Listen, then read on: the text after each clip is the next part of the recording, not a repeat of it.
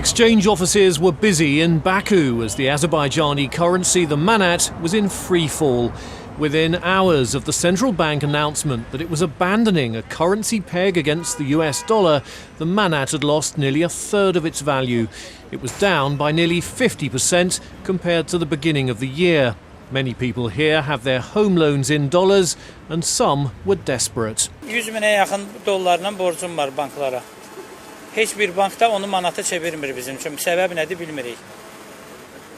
Bundan artıq daha nə deyə bilərik? Evimiz yıxılıb da. Bir gecəyi də 50% cəmaatı müflis eləmək olarmı? Sizin zənnünüzcə. Amma oldu. Acınacaqlı vəziyyətdir. Bütün millət bu vəziyyətlə nə qədər dolları alıcı qüvvəsi həddindən artıq çoxdur, satan azdır.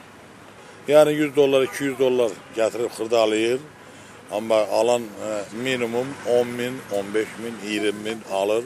O da valyutalarda dollar yox dərəcəsindədir.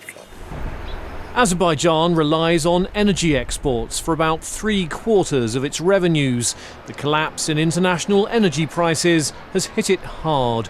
The decision to float the currency has exposed the full extent of the damage, with the manat falling to its weakest level since the immediate post-Soviet era 20 years ago.